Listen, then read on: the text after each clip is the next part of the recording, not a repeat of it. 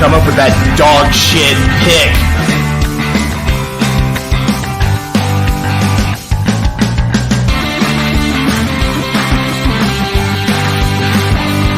What the fuck were we thinking? What the fuck were you thinking?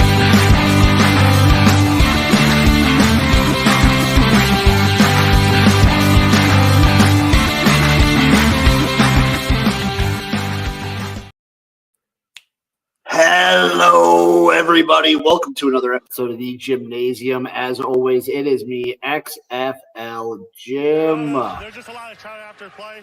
We're trying to make some stuff happen, and they're doing a little extra pushing and shoving. We're trying to get our fucking job done. As always, I am joined by the man himself. It is Chase Lupine Fiasco Sessoms. Whoa.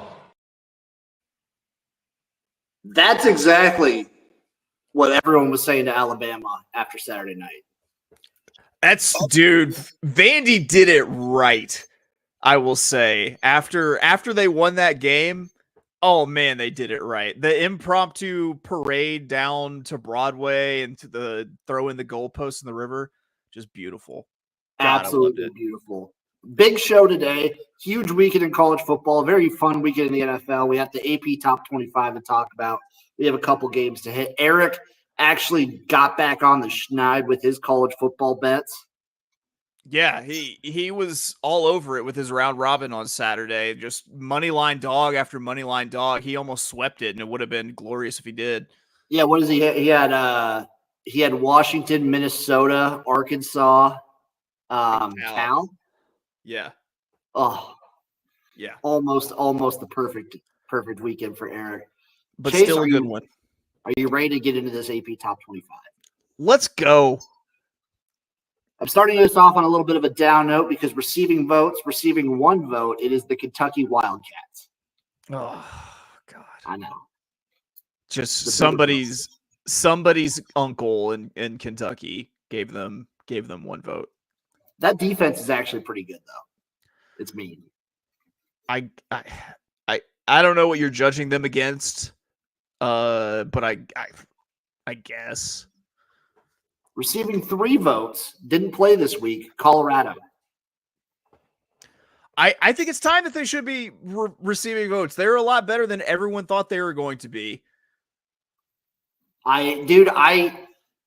We'll have to see. I think if they have another performance like they did against UCF this week against Kansas State, they will be ranked. Yeah, Eric, I do. I'm not biased at all. I think that was the targeting. Not biased at all, by the way. Yeah.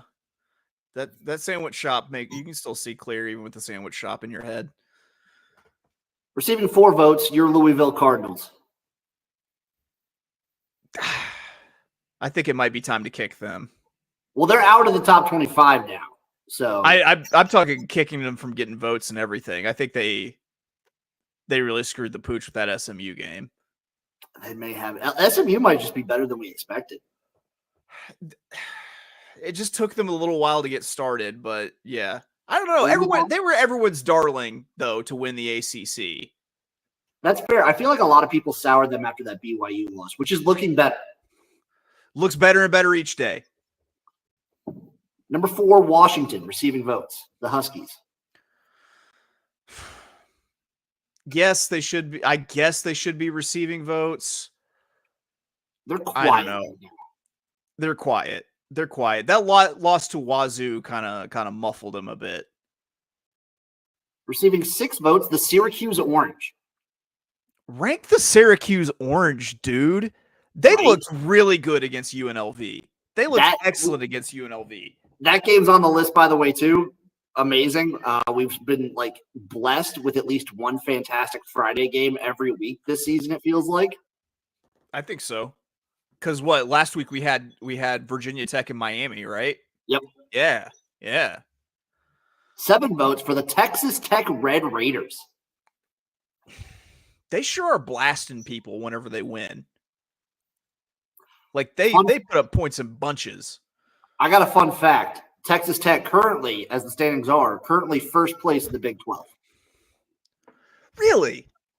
They have 2 conference wins. That's why. Okay, so no one else has really played any conference games then. Yeah, I think every other team is like either 1-1 in conference or like 1-0. Okay. 8 votes for Iowa. Is it time that we talk about Iowa no longer receiving votes? That was a classic Iowa game. I have it on the list here. It was a great first half. Yeah. So they're very competitive in first halves. That's for sure. That defense is still really good, but this is what Iowa is and will always be for like the foreseeable future. This is what they've been for the last like 4 or 5 years. Yeah. Yeah, that's true. Receiving 8 votes, Washington State, the Cougs. I like that they're receiving more votes than Washington because they beat Washington. They should. They should. Receiving 17 votes, your Arkansas Razorbacks. Double-digit votes. This is exactly where I want us to stay and hang out for the foreseeable future. I want us to be ranked at the end of the season. I want us to hang out right here and not get all the pressures that come with being ranked. You want to be the team that everyone hates to play. Yeah, I'm fine with that. Like, I don't know. We seem to drag other teams down into rock fights, and like I guess Texas A&M, we just happened to get bludgeoned by rocks whenever we did that. But like, yeah, I mean, we won a rock fight against Tennessee. Like, I think that we're the competition that everyone plays down to. You guys won a rock fight, and I don't even think it was your best rock fight. It wasn't our best rock fight. Like you dominated the rock fight, and it wasn't like there were so many times watching that first half. We'll get to it more when we like preview the game. So many times watching that first half, like, God, Arkansas should be up by like 20-0 right now. Yes, yeah, we should have been. Receiving 26 votes, everyone's favorite team, the Vanderbilt Commodores. Coming from like only receiving like 1 vote or not receiving any votes last week to definitely getting votes after that. I love it. I honestly, they're 3-2 now? I believe so. This is the only time I say rank a 3-2 team. Like you deserve to be ranked after you not only take out the number 1 team, but do it gate to wire fashion. And like it wasn't, not even close to like upset style. Yeah. It wasn't a last second play. It wasn't a miracle. It was a stout beating. My take on Vanderbilt making a bowl is getting stronger and stronger throughout the season. Yeah, it is. Receiving 33 votes, Army. Rank Army. Both Army and Navy. Both Army and Navy deserve to be voted. Yeah, they should both be ranked. Which also receiving 43 votes, Navy. Neither are ranked. Both should be ranked. Both, but they're both on the cusp. I'm not sure what else they have to do to be ranked but not like they should be ranked because not only are they winning, they're absolutely destroying teams. They are dusting these teams, dude. Yeah. Poor Air Force. What you remember when Air Force was the darling service academy? What happened to that? Like for the last like three years. That happens though with these service academies. They go through slumps, they go through peaks and valleys. Air Force is just they're in a valley right now. They'll be fine. I really want them to play for a AAC championship and then turn around and play the Army Navy game right after it. God, please let that happen. They have to be the front runners in the conference right now. I think both of them probably have to be, unless like maybe Tulane. Yeah, it's them and Tulane. It has to be. Yeah. Receiving 51 votes, my Nebraska Cornhuskers. I think I kind of think that you are like Arkansas in the respect that like this is where you want to be. Yes, this is 1,000% where we want to be. We want to be like at this point in time, being ranked is too much pressure, and it just doesn't work out. I like being the scrappy team that other people don't want to play. I have a fun Nebraska fact because I didn't have that game because the Nebraska-Rutgers game was a disgusting rock fight as well. But fun fact for Nebraska this season, only defense to not allow a rushing touchdown. on the season. That's stout. That's really stout. 98 votes for USC. Yeah, I mean, it's the same USC team that we see every single year. This is them just falling out of the top 25, so I understand it. Yeah. Maybe we were a little too high on USC after we wanted to. Yeah, but it goes hand in hand with us being a little too high on LSU, I think. I think so. Like, this was a classic Big Ten sort of game, which you don't fucking talk about too often. Right. It was dumb. It was a very dumb game, but USC 98 votes. Now getting into the top 25. At 25, SMU. Do they really? They've only got one loss. I guess they deserve it after they went on the road and they take out a top 25 ranked team with Louisville. I think we're both like, I think Louisville's fine. I think they're still a decent team. Right. I don't think they're as good as I thought they were because it seems like they've folded up now that they've played two tougher teams. But I don't know. I think this is the perfect week to fade SMU. I think so too. I also think that the ACC, and more so in the Big 12, but I think both the ACC and the Big 12 are like the most parity conferences. I don't think that the ACC is just a running joke like it was last year. No, I don't think so either. At number 24, and I this week I listed how many spots the teams either rose or fell from the previous week. Falling 14 spots to number 24, the Michigan Wolverines. Yeah, I don't think that this is a top 25 team. Just my opinion. Yeah.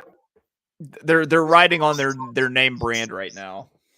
I think by the end of the season, they will be in the receiving votes category, potentially. I agree.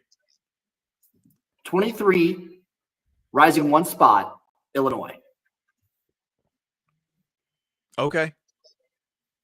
Yeah, only one loss to a pretty good Penn State team. I think Illinois is good. And they didn't get like just blown out by Penn State, if I remember correctly. No, it was like 21-7, 24-7, something like that. Illinois is a good team. Yeah. At number 22, no change, Pitt. Pitt's a good football team. Pitt is where they should be. They could even, if they keep winning games, it's time for them to start creeping a little bit higher. Watch out for Pitt. This might be a sneaky like Pitt in the ACC championship kind of year. I don't know if they're statistically like up there with these teams, but they have those weird Pitt vibes, and they have the quarterback. Yeah, they do. They got the right quarterback. At number 21, falling 12 spots, Missouri. I could make a case for kicking Missouri the fuck out of the top 25. Yeah, you could. Dude, how do you get housed like that by Texas A&M? So obviously there had been troubles with Missouri the previous weeks. They're close wins against Boston College and Vanderbilt, which, hey, both those look better now. They don't look near as bad, yeah. But like, so we'll get to this later because I have a take for a team that is higher up that was also in this game. You and me are of the opinion, like so many people have the opinion that Texas A&M is like a playoff team. And I don't think Texas A&M is that good. I don't think Connor Wegman is that good of a quarterback. And to look like this and to come out so flat, disgusting. Gross. At number 20, going up one spot, Oklahoma, the Sooners. Okay. It's time. Yeah, it's time to get behind the Sooners big time with the Red River shootout coming up this weekend. Dude, Texas is lucky that Red River wasn't this week. At number 19, going up 5 spots, Indiana. I had Northwestern keeping that close with them jumping into the top 25, and that didn't happen at all. Like they came out and they put on a show. They can score points in bunches.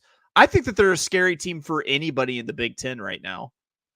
I think they're just flat out like a good team right now. I think they're very well coached. I think offensively they're extremely capable. I'm very worried. I don't suspect Nebraska will be favored going to that game. I wonder how big of a dog we're going to be in 2 weeks. But Indiana's a good team. I'm kind of interested to see Rayola in a shootout with Indiana. Like that sounds. I kind of want to see that too. At 18, going up 2 spots, K-State. Okay. Another team didn't play, so benefit of a bye week. They feel like the most like meh of all the top 25 teams. They have these like their last performance was fantastic but it was against Oklahoma State. Yeah. Who's like recently fallen off a cliff. I don't know how I feel about their quarterback and him abusing his hair privileges like that. Man, I can't quit Avery Johnson. I like him too much. See, I'm okay with you abusing your hair privileges because you've lived life. But him abusing his hair privileges, like, come on, kid. It's fair. He's like 19. First of all, I want to say I abused my hair privileges, and I just want to show you just what's going on there now. That's when you abuse your hair privileges, you lose your right to have hair. That's what Avery Johnson has to look forward to. That is exact. This is look at right here, Avery. This is what you got. Big game this week for the Wildcats, by the way. They play Colorado coming up. That's going to be an interesting game. That's going to be a banger. At 17, going up 4 spots, Boise State. I don't know why we're not talking about them being a top 15 team right now. They Honestly, have the best player in college football. Their only loss is a narrow loss to Oregon.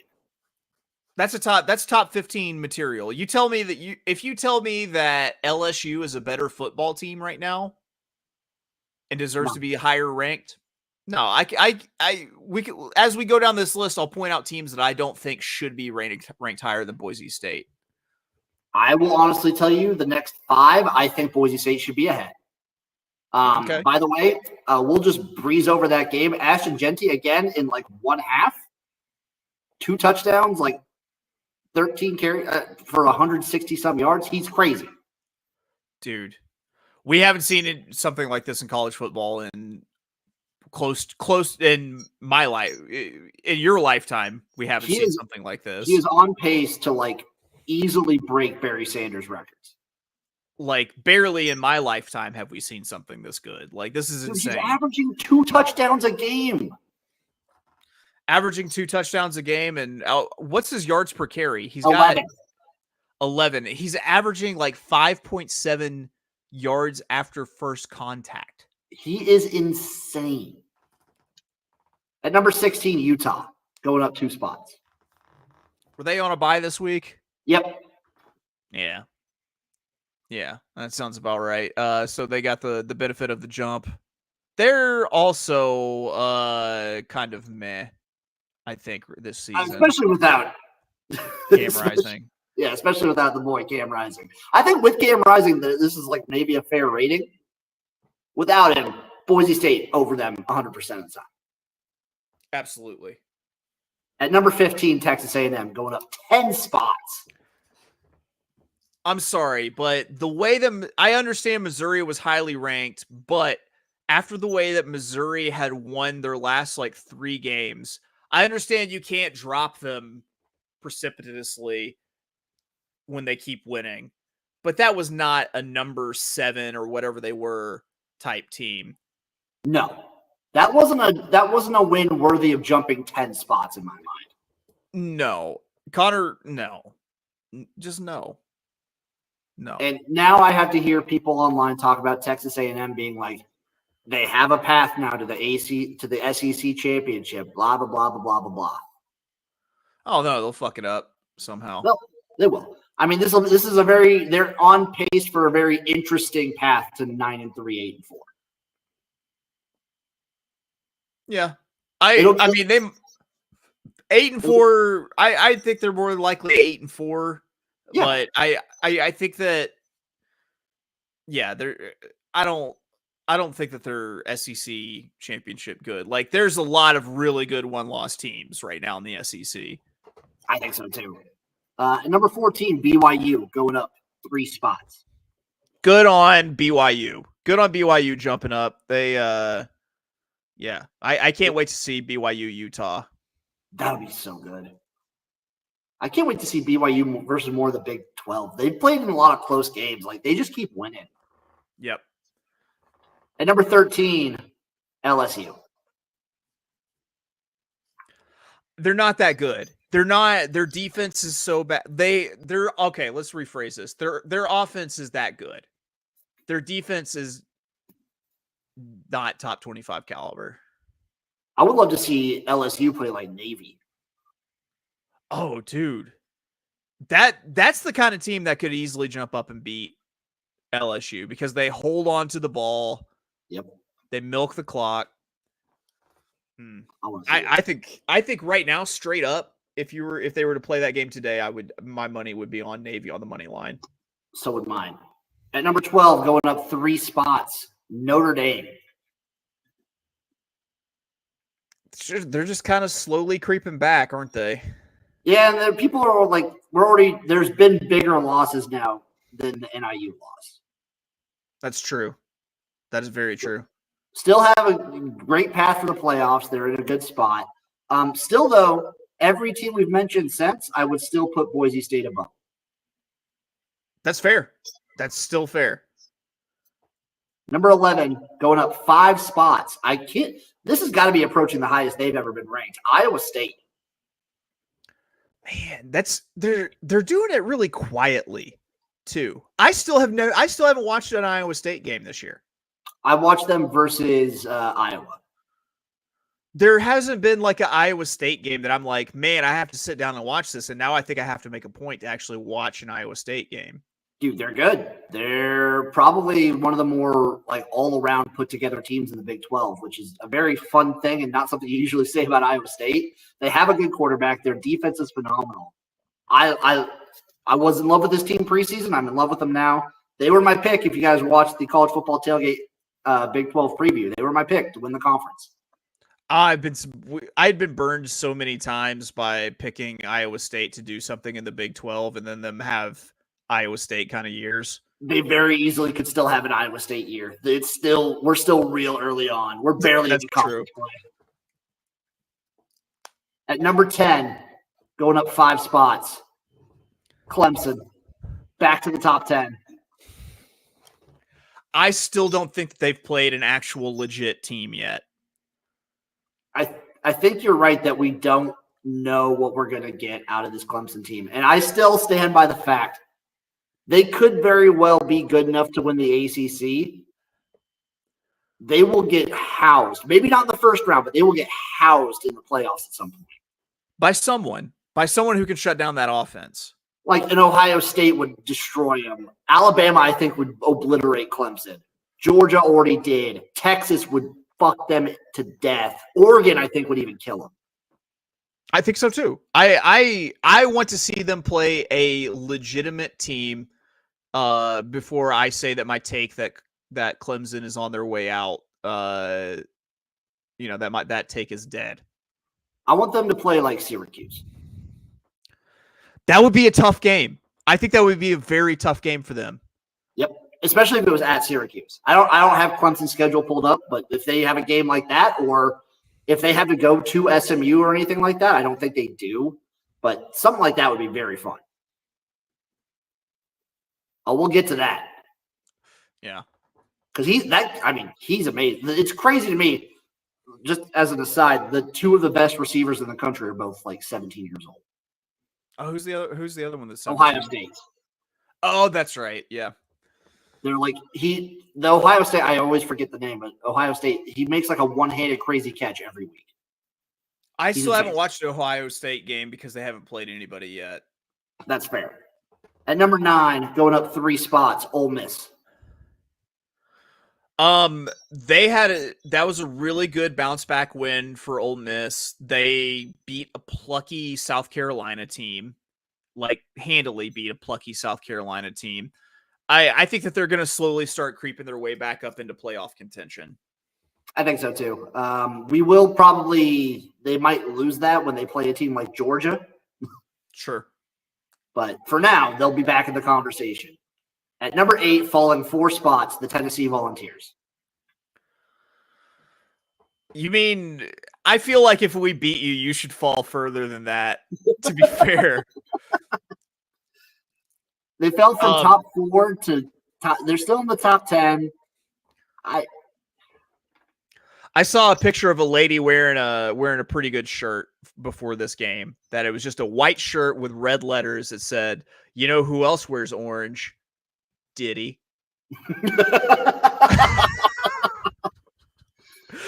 Which pretty good.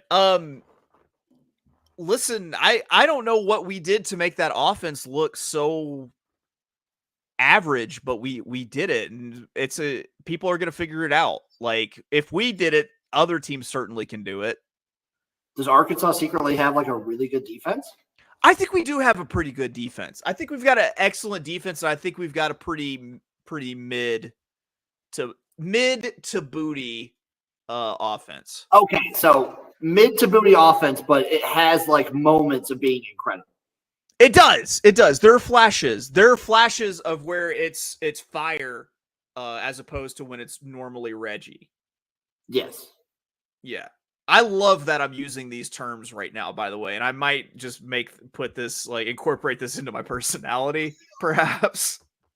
I say go for it. Why not? Things are either fire, Reggie, booty, mid. At number 7, falling 6 spots, the Alabama Crimson Tide. You deserve to fall. You did probably deserve to fall a little bit farther and have to earn your way back up. But at least you still have the aftertaste of Georgia. That's probably what's keeping you there. I was going to say, that's probably keeping them there. I did see some people on Twitter saying, fire Kalen DeBoer. Hey, Alabama, you know what? Fire. Go for it. Fire Kalen DeBoer, and then someone else will pick him up and do one. Tell me who you're going to get that's better. No, Sark ain't coming. No. You don't want Dabo. No. Oregon's coach? Who? Oh, Lanning. Dan Lanning. Yeah. Dude, he's got way too much small dick energy. Also, Kalen DeBoer beat him twice at a worse school. That's all I'll say. That's true. At number 6, going up 2 spots, the Miami Hurricane. God, someone's gonna get him. I think someone is, and it's not gonna be like Clemson or another like big name school. It's some little school is gonna jump up and get him because it seems like everyone's firing their best shot right now against Miami. And you saw exactly the best and worst of Cam Ward in this game. Like he's the reason they came back, but also he's pretty sloppy for a good chunk of it. Yeah. Yeah. He's really got a little bit of a gunslinger kind of, he got that little bit of Brett Favre to him, or where he's going to chuck up a few interceptions, but also throw some of the best balls you've ever seen. Yeah. He's a wild card, and I'm kind of here for it. At number 5, no movement. It's Georgia. Took care of business against Auburn. Yeah, that's a terrible Auburn team that they handled their business against. I will say this, though. No interceptions for Peyton Thorne against Georgia. And also, this is the first time that Auburn has scored more than 10 points on Georgia in like 6 years. They're still terrible. They're still a terrible football team. Yes, they are. At number 4, going up 3 spots, Penn State. Yeah, I think that's right around where they should be hanging out. I think so too. They haven't lost yet. They got an interesting couple of weeks, I think, coming up. I think in 2 weeks they play maybe Ohio State or Michigan. I forget. Their schedule's getting interesting. And then they can have a whiteout, and then they can lose because they always lose whenever they have whiteouts. Yeah. At number 3, going up 3 spots, Oregon, the Ducks. They righted the ship. Like if you would have told me that Oregon was number 3 3 weeks ago, I would have said that's malarkey. That it's BS, Jim. Just pure BS. But no. They deserve to be where they are now. Yeah, they've been blasting fools. I'm very excited because I'm pretty sure they play Ohio State this week.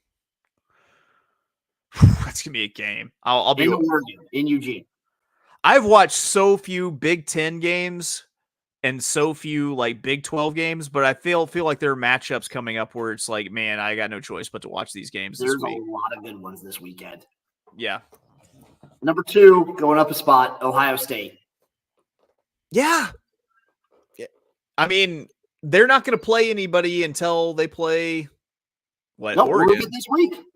Oregon this week. So we'll find out, but they were kind of in the spot where like they just really needed to rely on other teams losing to bump up because like they weren't beating anybody of note. They weren't beating anybody that would justify them jumping. No, their biggest game was this week against Iowa. And well, they won comfortably. It wasn't until like the second half. Yeah. And that wasn't the same. It's not the same Iowa as the last couple years. At number 1, back at number 1, it is Texas. They haven't done anything to prove that they aren't number 1 right now. I mean, horns down forever. They look good. They do look good, and they managed to weather the storm with their backup quarterback. Another team on the benefit of a bye week this week. Another team on the benefit of a bye week. They get to bind it, but I think that they're on upset alert this weekend against Oklahoma. Red River's always fucky. It seems like the number 1, like being number 1 is a bad place to be over the last few weeks. So what? Yeah, Georgia, then Alabama. So that's 2 weeks in a row? Yeah. No, Texas was number 1, wasn't it? Oh, Texas. Was Georgia back up to number 1? No, it was Texas. It was Texas. Yeah. All right. Now going through some games of note from last week. These are in no particular order. I just have these written down. SMU 34, Louisville 27. I don't even really feel like this was that close. I think the SMU just kind of really came out and handled business. Like it had all the makings of turning into a track meet. And I mean, they put up a lot of points, but like SMU really kind of handled business more than the tune of a touchdown win. I think so too. This game feels like it was bigger than a touchdown. And SMU, since their first 2 weeks, they're similar to Oregon in the fact that we saw them, like everyone was watching them in week 0 and they didn't look good. And then they lose to BYU. And then since then, they've been kind of just like beasting on people. Like they own TCU, demolished Florida State, and now they beat Louisville, who I still think is one of the top teams, like one of the top 4, top half teams in the ACC. I think so too, and I think that they've figured out something at quarterback too. I think that's the big story is that they've got, their scheme is so dependent on good quarterback play, and I think they finally got it. Missouri 10, Texas A&M 41, and I don't even think it was that close. Missouri, what happened? God damn. A&M came out, punched him in the mouth, and Missouri had no answer. And then it also felt like anytime Missouri did anything, it was a penalty. And also, like, doesn't it seem like Missouri has been playing to the level of their competition, like this entire season? So what the hell were you doing in this game? Like, because whose level were you playing to there? The A&M they thought was going to show up.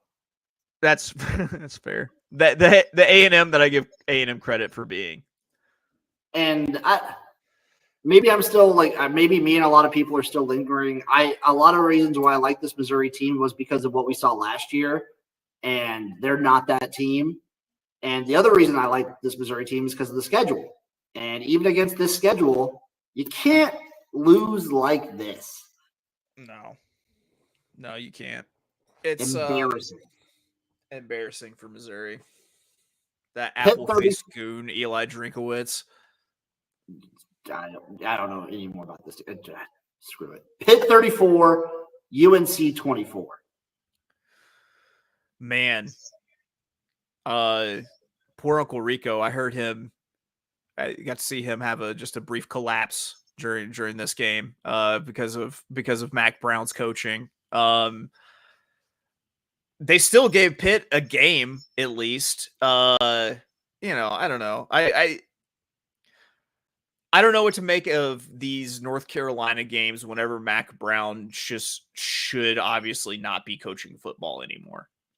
He probably shouldn't. He probably should have retired like 2 weeks ago after the JMU game.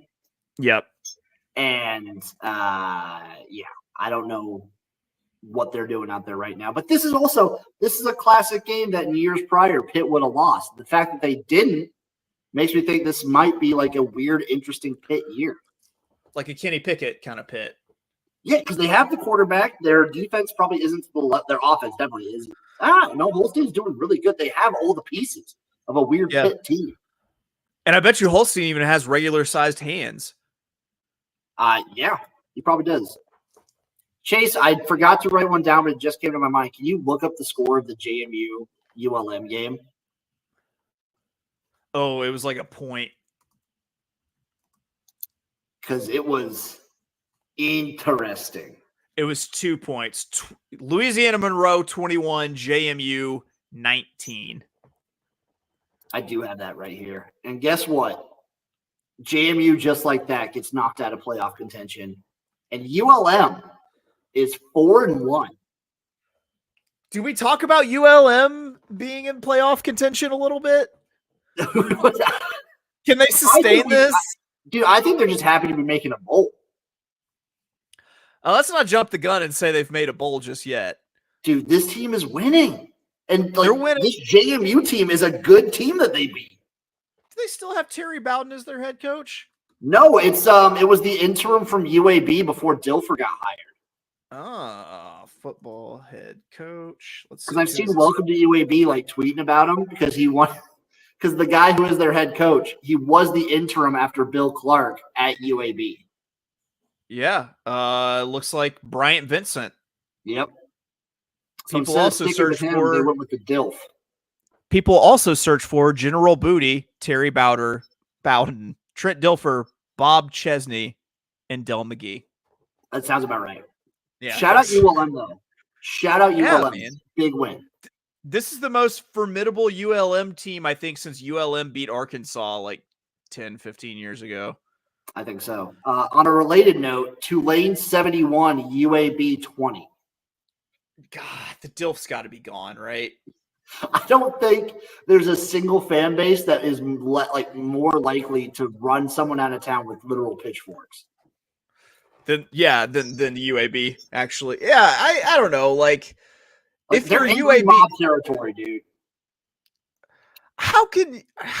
You got rid of your football program for a couple of years? How are you angry mob territory? Like what do you deserve? You know, like what do you think you deserve? Well, they had it back. Bill Clark was doing it. Yeah. Okay. You just don't hire Dilfer. Yep. Hire the guy that's now at ULM. That's who you should have hired. That is who you should have hired. But instead you went for the splashy hire with the DILF. They got high off that Colorado paint. Mm-hmm. Just a quick blurb. There was only one directional Mich that played this week, Western Michigan. They won 45-42 over Ball State. I saw I think they came back in that game too. Yes, they did. Yeah, that was a good one for a directional Mich. That's what we like to see around here. Another one just to briefly put some respect. Charlotte 55, Eastern Carolina 24. I keep hearing that Eastern Carolina is the most improved team in the country. They got smoked. Do we need to keep disrespecting Biff Poggi? I think we should. I want to see how far we can take this. Like, this is 2 weeks in a row now. We've disrespected him 2 weeks in a row, and he's come out and won. Not just in a close one last week, but in dominating fucking fashion. They won wire to wire here. And yes, ECU's apparently the most improved team in the country. Damn Pirates. Damn. You cannot take L's to Biff Poggi in Charlotte right now. You can't take L's like this to Biff Poggi in Charlotte ever.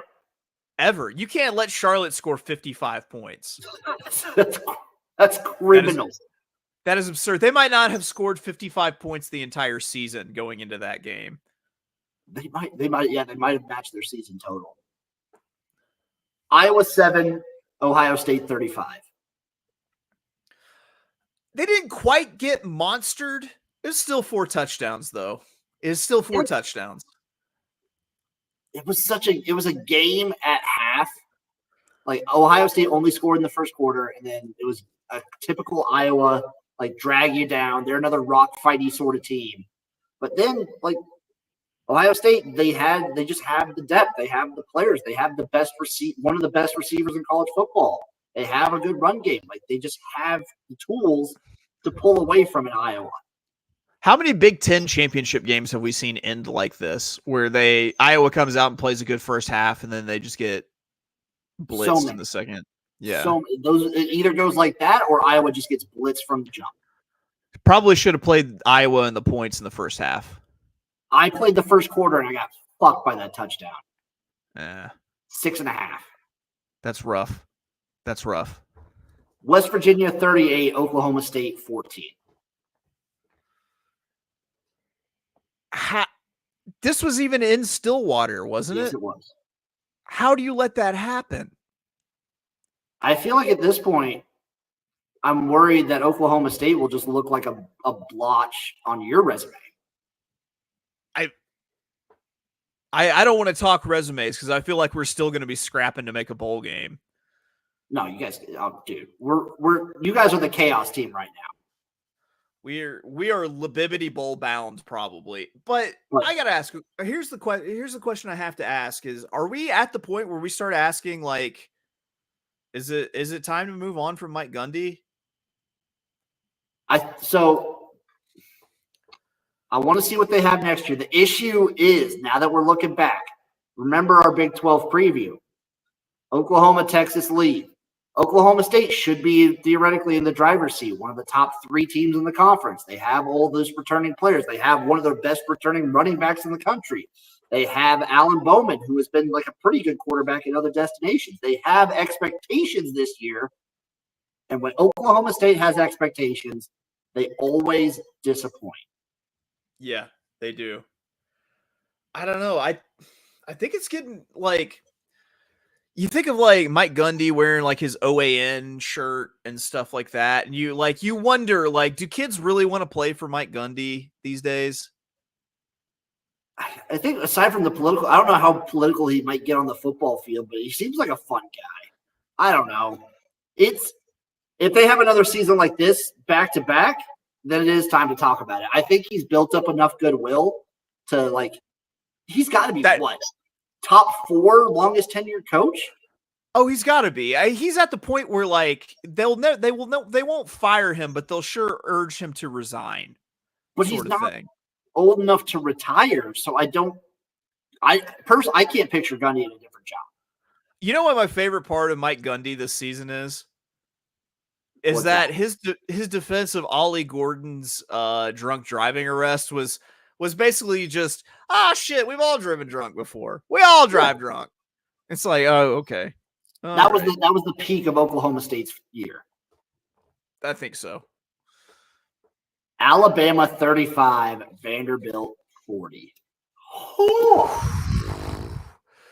Vanderbilt, you did it. You did this victory right, Vanderbilt. Not only did you tear down the goalposts, parade them down to Broadway, throw them in the river, the Columbia River or whatever it is, the Columbus River. But you also played on repeat the clip of Nick Saban saying that it was the only place that was easy to play in the SEC. Like you just came in like a wrecking ball in the active construction site that is the Vandy Stadium. Now, I will readily admit that I have complained once or twice about the transfer portal. I will never do it again. I will never stand for any transfer portal slander because without that, we do not get Diego Pavia at Vanderbilt to, oh my God, to just crush Alabama.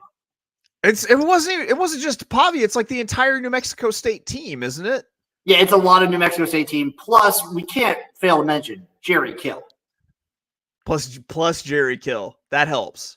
Without Jerry Kill, because you have to factor in without Jerry Kill, they at New Mexico, like he's the one that found Diego Pavia at New Mexico Military Institute. Yeah. He man, if there ever was a time for a Jerry Kill seizure, that was it. that was the time to have just a grand mal seizure, like just completely seize up, like win and just completely go into a conniption fit.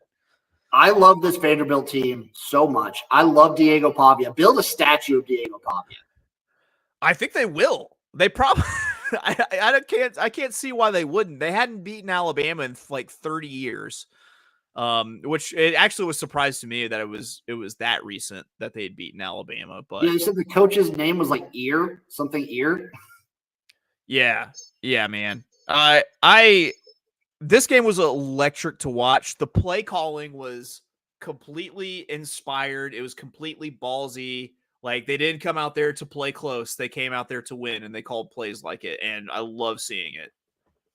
Also, one of my favorite aspects of college football is the transitive property.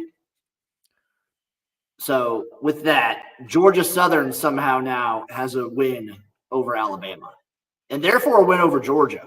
Therefore a win over Georgia, right? Yeah, that's like fun with inflated stats in baseball at the beginning of the season. And I don't want people to get confused because I was listening to some Five Mom clips and whatnot. So they said on was it First Take or something? He said that Georgia Southern beat Vanderbilt, but no, I'm saying Georgia Southern has the win because Georgia Southern beat Georgia State, who beat Vanderbilt. Right. And by the transitive property, it's a win over Alabama and Georgia. Yes, which is absolutely beautiful. Dude, Vanderbilt's first win against an AP top 5 team ever. They were 0-60. 60. That's easily amazing. The biggest win in program history, no doubt. Not going to be topped. Celebrate the moment. I don't care what happens the rest of the season. This is why college football is amazing.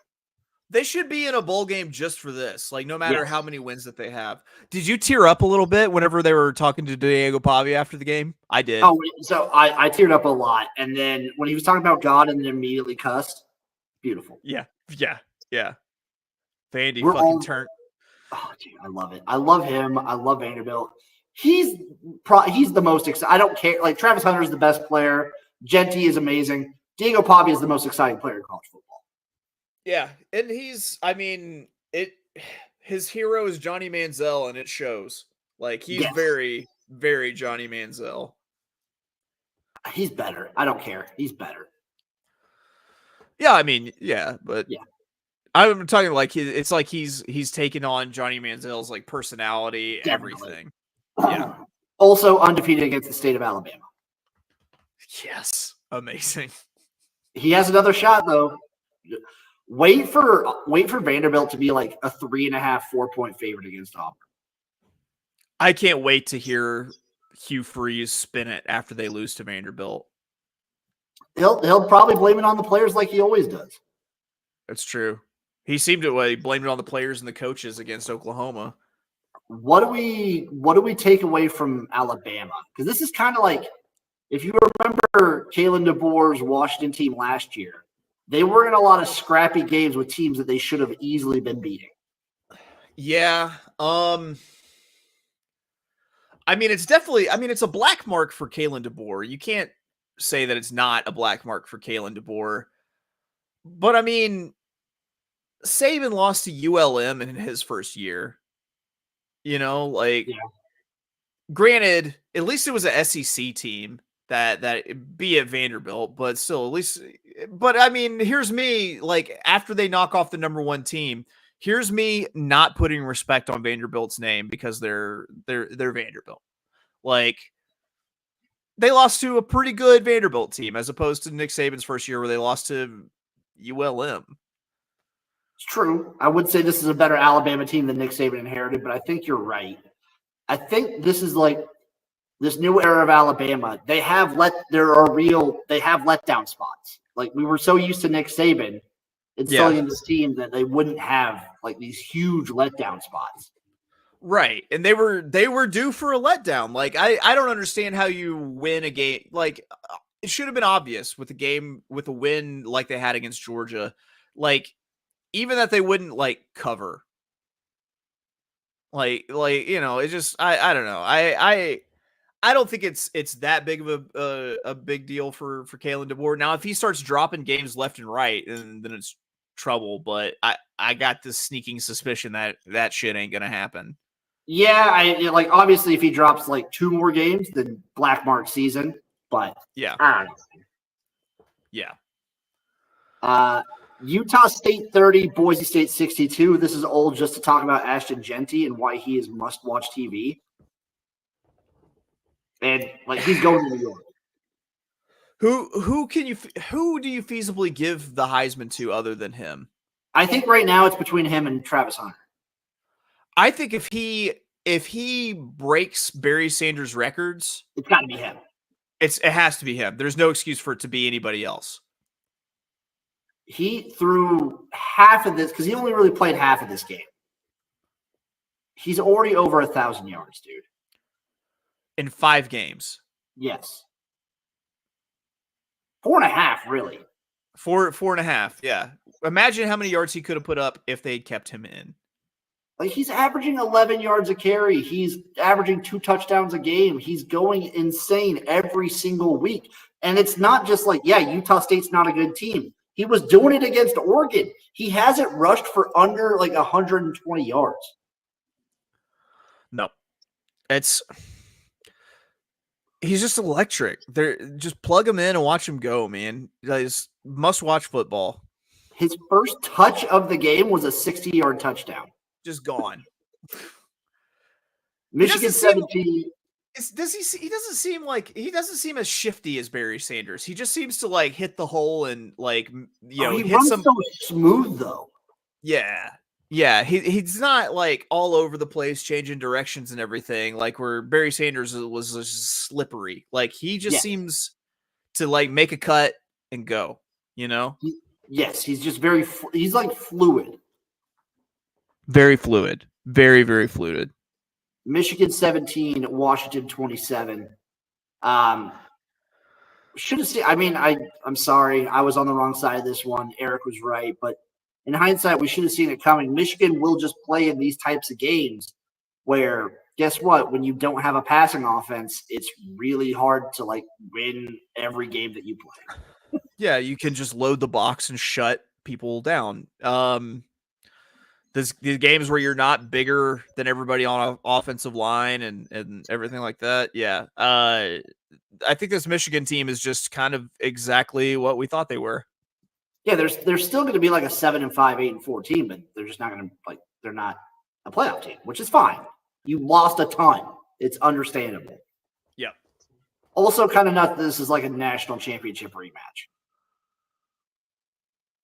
and it was way gross. Yeah, just a disgusting game. USC 17 and Minnesota 24. Welcome to the Big Ten, USC. Welcome to the Big Ten. This was like a classic Big Ten West sort of game. Yeah, dude. Which, I mean, who's more Big Ten Western than USC these days? That's fair. They're the most Western team. Yeah, if they're further west than UCLA. Fun thing that would never happen, but I kind of wanted to, is have Lincoln Riley and Mike Gundy swap places. Ooh, what can Mike Gundy do with Lincoln Riley's team? And what can Lincoln Riley do at Oklahoma State? A little bit less limelight. That would be interesting. What do you think would happen? I think Lincoln Riley would succeed. I think Mike Gundy would hate Los Angeles with a fiery passion and like burn up. Yeah. And like he'd crash out. Yeah. Here's a fun scenario. Mike Gundy takes the Cal head coaching job. So think of how much he would love Berkeley. He would love, yeah. Mike Gundy transformation into a stoner hippie would be amazing. But also, we've seen high offensive powered Cal, and it was fun. The Tedford days were fun. Yeah. Yeah, it were. Tennessee 14, Arkansas 19. Go off. What can I say? We have one of the best defensive coordinators in the country. Because of our defense, we're going to be at least in every single game this year. I still think Bobby Petrino has forgotten how to call a game offensively. But with our backup quarterback, we came in and did the damn thing. I don't know what to say other than just a great fucking win for the Hogs, and one that I think saves Sam Pittman's job. I think regardless of what happens for the rest of the season, I think he's safe. What's your guys' record right now? You're at 4 wins? 4-2. And we still got Mississippi State and we still got La Tech on the schedule. So we're gonna be scrapping. I'm not counting Mississippi State as an automatic win. We'll still be scrapping for a bowl game. But I also agree with you, though. I think coming into the season, I think we were talking about what does Sam Pittman need to do to save his job. A was make a bowl. B was have like a signature win, which Arkansas had been lacking under his era. Yeah. This is huge. This is huge. This is, and I mean, for us, wins against top 5 teams don't come very often. So I was incredibly happy. I drank a lot of whiskey.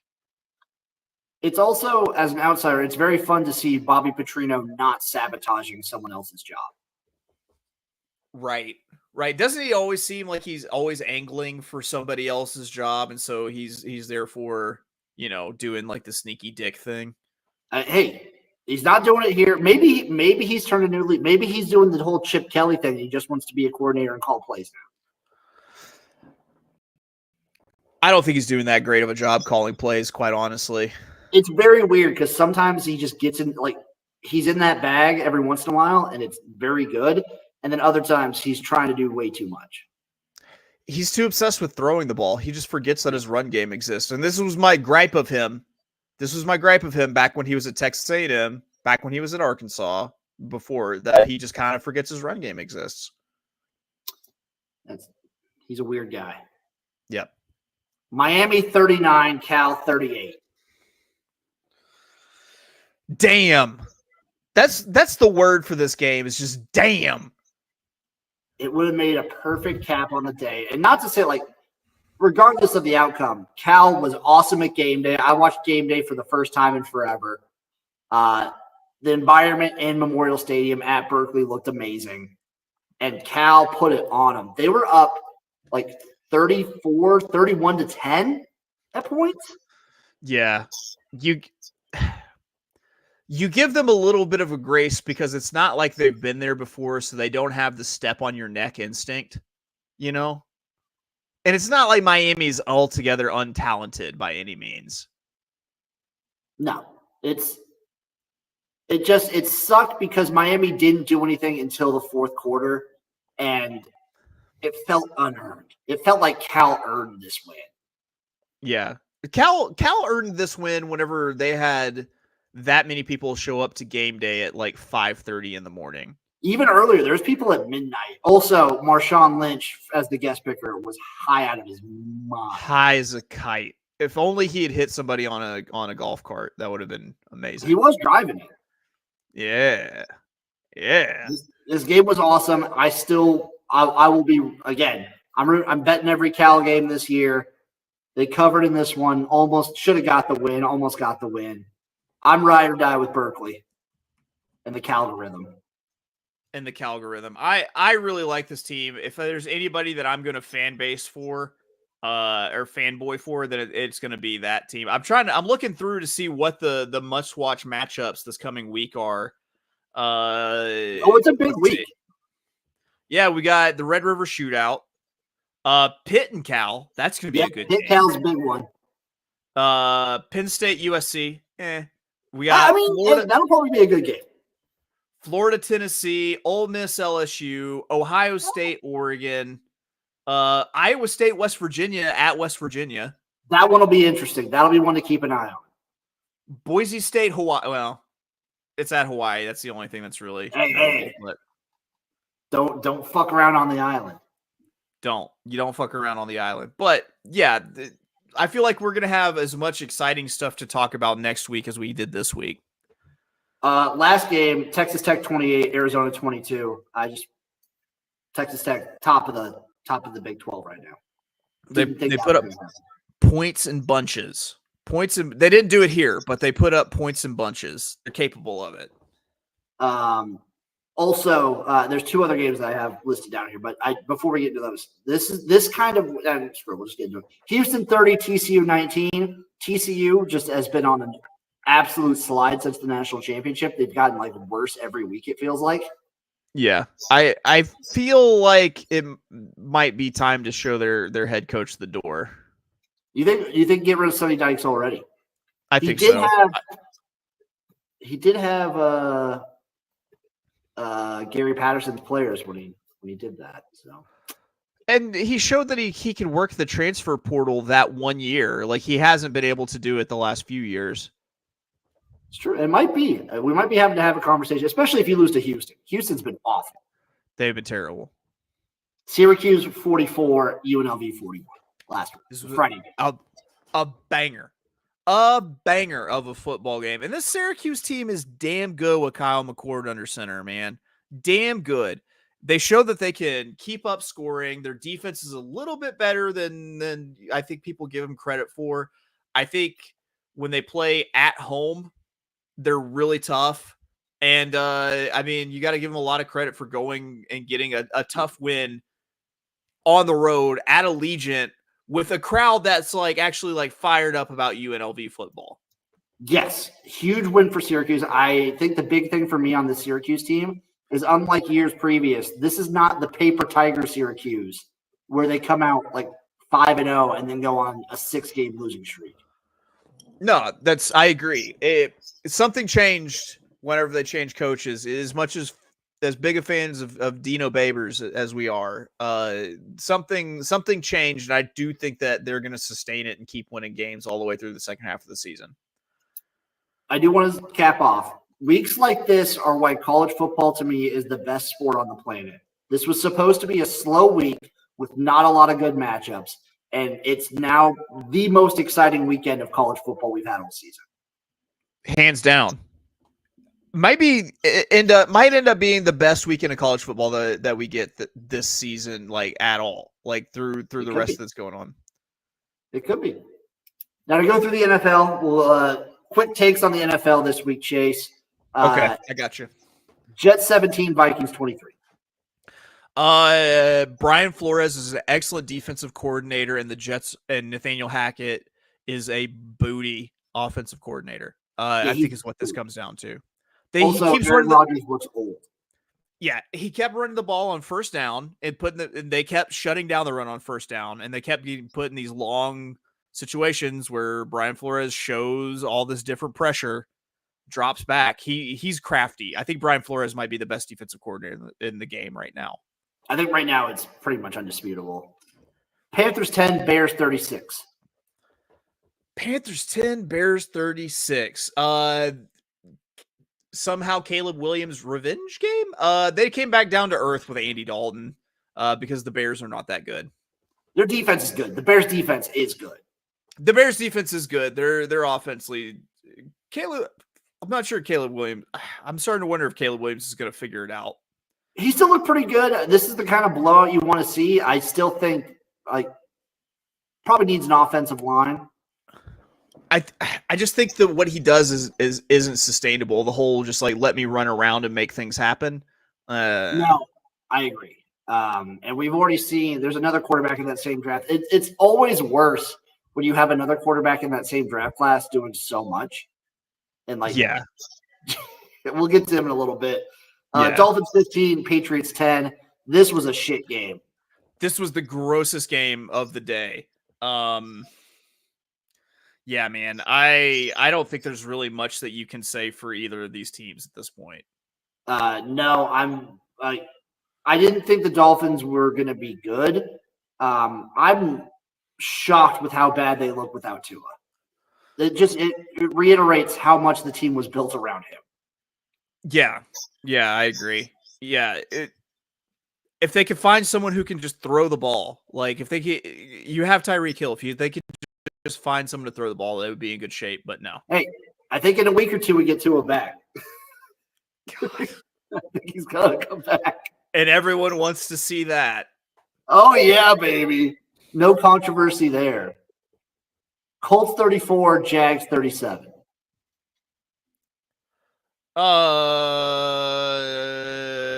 Jags needed this one. They did.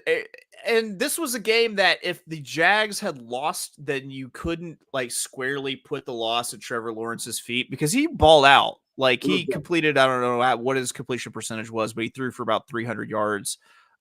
He's got a weapon down there too with, was it Brian Robinson Jr., the wide receiver from LSU? Yeah, I was going to feel bad if he lost this game because you knew that he was going to get blamed, but he played pretty well, and he really did need that. He played really well. It was also his birthday. Good for him. That's right. It was his 25th birthday. Also, fun stat, the Colts haven't won in Jacksonville in like 10 years. Oh God, that's a terrible stat to have. Dude, they almost got Joe Flacco, which, by the way, can we talk about how hot Joe Flacco is? It's been a stretch of like 9 games that he's thrown multiple touchdowns. I don't know why. I mean, when we get to this, when we talk about them in a little bit, I don't get how the Browns didn't just re-sign him. They look so much. They were a playoff team with Joe Flacco. Because they paid Deshaun Watson $250 million. He stinks. Bills 20, Texans 23. That loss falls 100% on the shoulders of my boy Joe Brady, on Sean McDermott, and Josh Allen. Because he didn't complete the passes that they called. But backed up in your own end zone, you throw the ball 3 times, you have terrible clock management, and you make it an easy win for Houston. They should have won that game. They're at least gone to overtime, and they just completely blew it. And McDermott admitted it afterwards, too. Should have just ran it. Yeah, I am not a big fan of that. Like, let me admit that was my bad. That's on me. Like, no, go out on your shield at that point and be like, yeah, I called him. This is why I called the passing plays. I would have liked that too, because you can make a case for that. Like, oh yeah, if we would have ran, they would have just called their timeouts. They would have had time to march down and get the field goal anyway. Like, you can make an argument for why you did it. Yeah. But then you just count out like that. I think our mutual friend Adam, Mr. Adam Pelletier, would like McDermott gone. I think once their like championship window finally like closes, which I don't think it has yet. I think that's when once people realize it's done, like that's when McDermott goes. I think you're probably right. Ravens 41, Bengals 38. Amazing football game. Best game of the weekend for the NFL. Easily. Best game of the weekend, probably the best touchdown pass of the year with the Lamar Jackson like stiff arm and rolling out of bounds and getting hit and finding likely. Great kick by Justin Tucker to win the shit. Great run by Derrick Henry to set up Justin Tucker to win the shit. It was just like a 26-yard chip shot, but big field goal from Justin Tucker to tie it. Great football game. And I feel kind of right in my take. I did a AFC North preview with Gino Bicola, and I feel vindicated in my take of like, what did Cincinnati do different to get a different result than like last year to keep, because they have the exact same problems of no offensive line that can't protect Joe Burrow. He still threw for a bunch of yards, but he's going to do that every single game, but they're going to get that dude killed. And their defense is worse. They've got a good pass rushers, and they've got a good defensive back on the back end with Cam Taylor-Britt. There you go, someone chain appreciator out there. Oh yeah.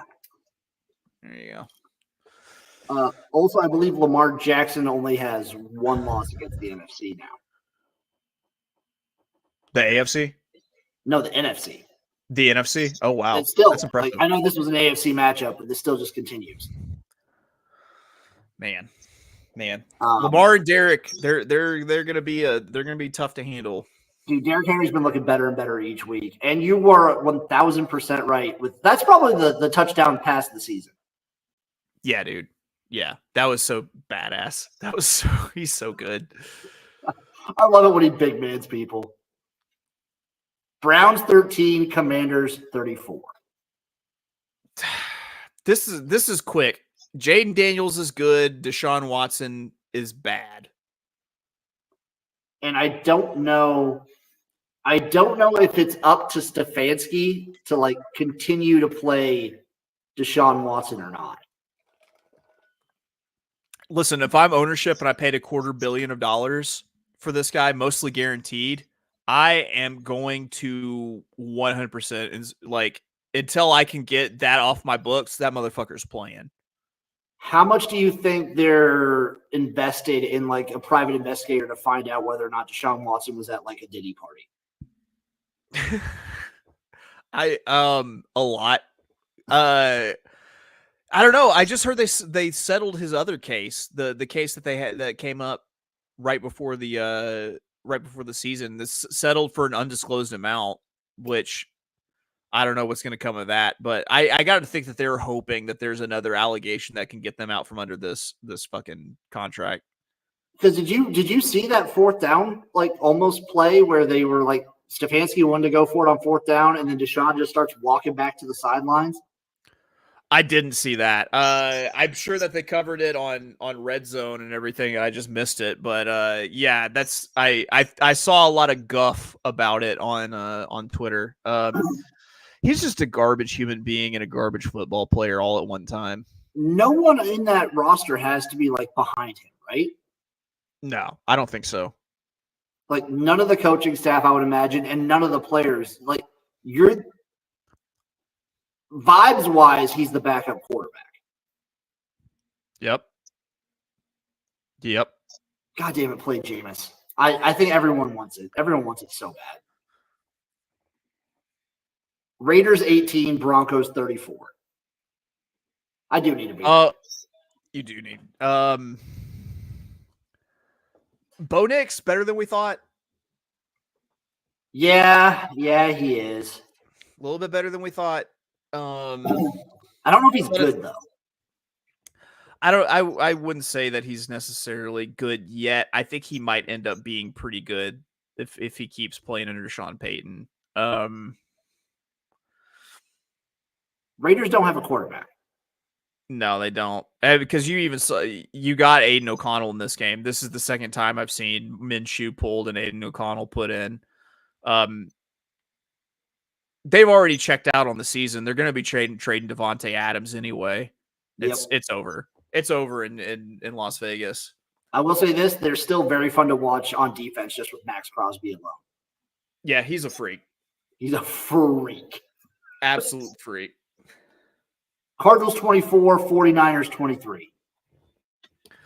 The fucking 49ers lost their kicker. Like he pulled his groin or something, and then he couldn't kick. And like it was going to be either the punter or Juszczyk, like actually kicking. So I don't know. I think you just draw a big line through that because it was just a fluke loss. Fluke loss. Also, this is kind of like a must-win spot for the Cardinals to kind of still keep in it this season. I did like the first touchdown that Arizona scored. Like the Red Seas parted for Kyler to take off, and he throws up the number one finger. Like as soon as he breaks into the open field, I kind of like seeing that. I know it was a dick move, but I like seeing it. Dude, again, I'll say it again. When he's on, Kyler Murray to me is still one of like the top 5 most entertaining players in football. Every time he plays for a while. Every time he plays, I just think of like I don't know. I hear this noise just. I think of like the Looney Tunes running sound effects. Yeah. Giants 29, Seahawks 20. Seahawks, what happened? This was the spot. This is the gross. You take these gross, like the Giants have been. I don't know. This was a game that the Giants were never supposed to win. They were out Malik Neighbors. And this is gross. It's a gross spot. Yeah. Apparently Brian Dable spent the entire week like preparing them for the crowd noise by just yelling at them in the huddle. I got to think that helped a little bit. I like that. Packers 24, Rams 19. The Rams, obviously they're playing off of hospital beds. I do want to say they won the game. That pick six was one of the worst pick sixes I've ever seen from Jordan. God, Just take the safety, dog. Like it got so much worse. So much worse. You could have just taken the safety. He was horizontal when he threw it. Yeah, dude. Nothing about that was a good idea. He looked good the rest of the game, especially in the second half. So whatever. But yeah, Cowboys 20, Steelers 17. This was a really good football game. It was. It was good in like a weird Steelers sort of way. Like the Steelers always play these again. They're the Iowa of the NFL for a reason. They play these weird, close, like sort of games, and they almost won this one. Almost. I kind of wonder if they're going to make the switch to Russell pretty soon. If Danger Russ is going to be. Fields has looked good aside from this game, though. Yeah, I mean, I think he has, but like now you've dropped 2 straight. Like Russ was always supposed to be the starter.